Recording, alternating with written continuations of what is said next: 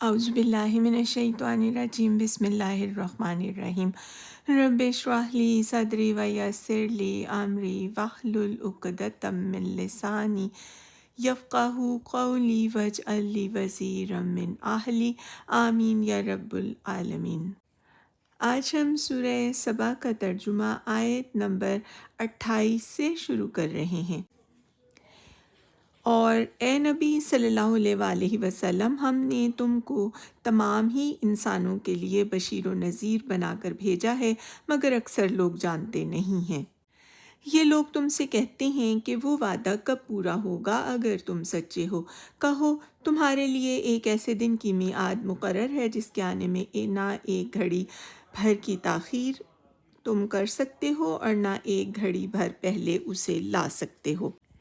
یہ کافر کہتے ہیں کہ ہم ہرگز اس قرآن کو نہ مانیں گے اور نہ اس سے پہلے آئی ہوئی کسی کتاب کو تسلیم کریں گے۔ کاش تم دیکھو ان کا حال اس وقت جب یہ ظالم اپنے رب کے حضور کھڑے ہوں گے۔ اس وقت یہ ایک دوسرے پر الزام دھریں گے۔ جو لوگ دنیا میں دبا کر رکھے گئے تھے وہ بڑے بننے والوں سے کہیں گے کہ اگر تم نہ ہوتے تو ہم مومن ہوتے۔ وہ بڑے بننے والے ان دبے ہوئے لوگوں کو جواب دیں گے، کیا ہم نے تمہیں اس ہدایت سے روکا تھا جو تمہارے پاس آئی تھی؟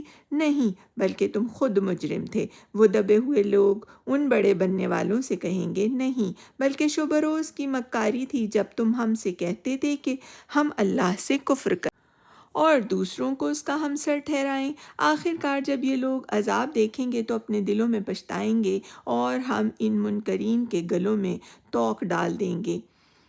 کیا لوگوں کو اس کے سوا اور کوئی بدلہ دیا جا سکتا ہے کہ جیسے اعمال ان کے تھے ویسی ہی وہ جزا پائیں؟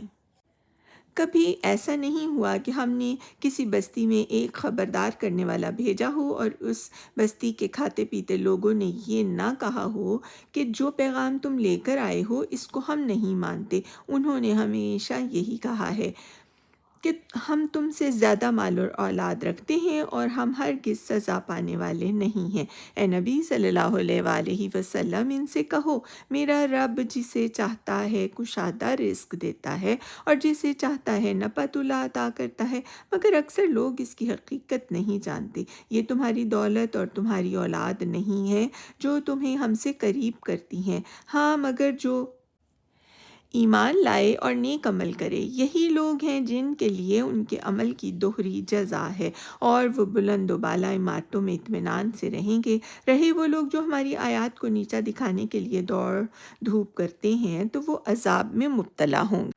صدق اللہ العظیم وآخر الدعوانا